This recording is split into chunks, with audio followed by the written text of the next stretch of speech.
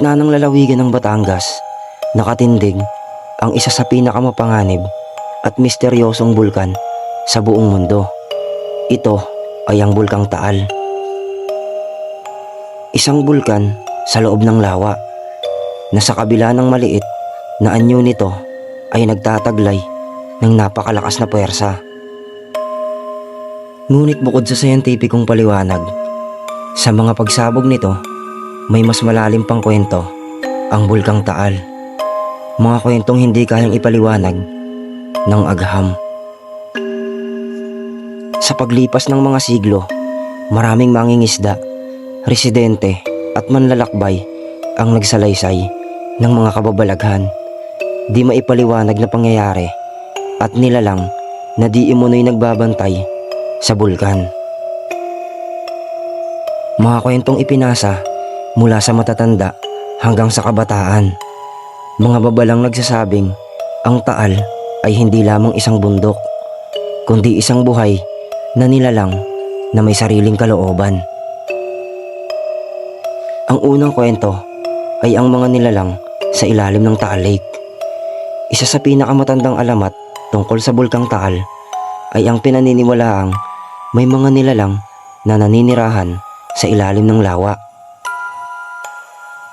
Ayon sa matatandang mangingisda, may mga pagkakataong bigla na lamang tumitigil ang alon, nagiging tahimik ang paligid, at tila may malalaking aninong gumagalaw sa ilalim ng tubig.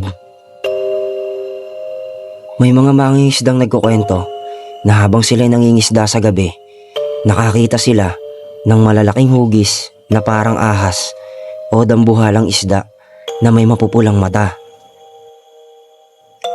Kapag lumilitaw raw ang mga ito, ilang araw lamang ang lilipas at may pagsabog o pagyanig na magaganap sa bulkan.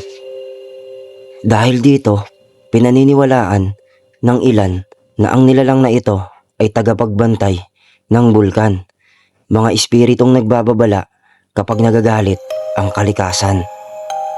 Ikalawa, mga batingaw at tinig mula sa bulkan.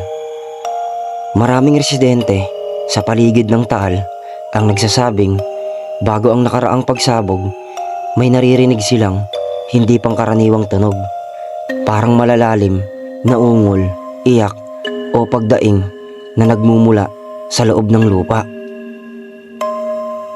May isang kwento tungkol sa isang pamilya sa baybayin ng lawa na nagising bandang hating gabi dahil sa tunog na parang maraming taong sabay-sabay na humihingi ng tulong.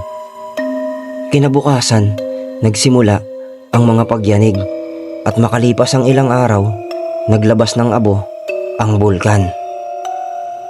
Para sa mga naniniwala, ang mga tinig na ito ay mga kaluluwang natrap sa loob ng bulkan, mga taong nasawi sa mga sinaunang pagsabog na hindi pa rin matahimik. Pangatlo, ang mga nawawalang tao sa Volcano Island. Marami na rin ang naging ulat ng mga taong bigla na lamang nawawala sa loob ng Volcano Island, lalo na noong mga panahong hindi pa mahigpit ang pagbabantay sa lugar.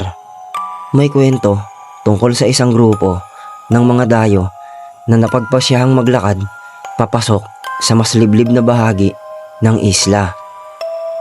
Ayon sa mga kasama nila, ilang sandali lamang silang nawala sa paningin, ngunit nang balikan, wala na silang bakas, niyapak man lamang sa abo.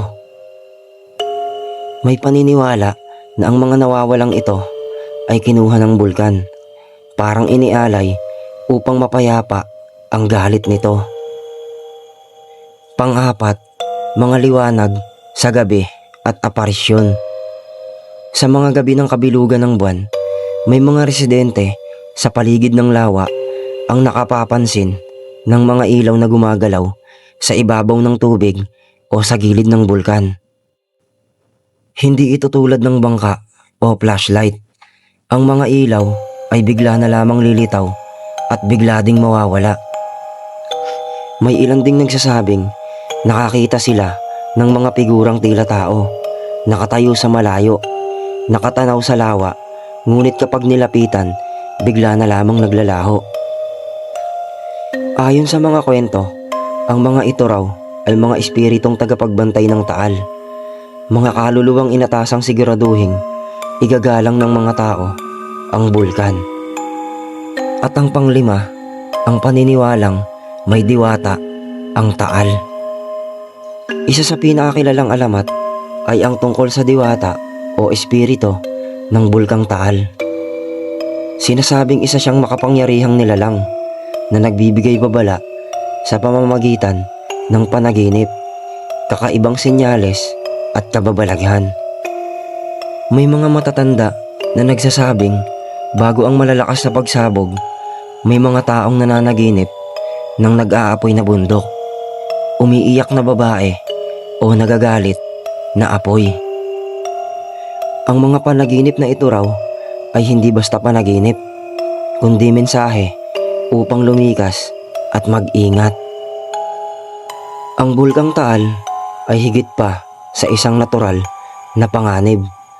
Para sa maraming Pilipino, ito ay isang paalala ng kapangyarihan ng kalikasan at ng katotohanang may mga bagay sa mundong ito na hindi kayang ipaliwanag ng agham.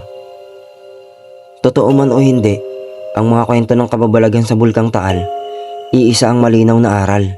Ang kalikasan ay dapat igalang, hindi dapat hamunin. Sapagkat kapag nagalit ito, walang teknolohiya o tapang ang sapat upang pigilan ang galit ng isang bulkan na tila may sariling kaluluwa. Sa susunod na masilayan mo ang tahimik na lawa ng Taal, tanungin mo ang iyong sarili, tahimik ba talaga ito o nag-aantay lamang na muling magising?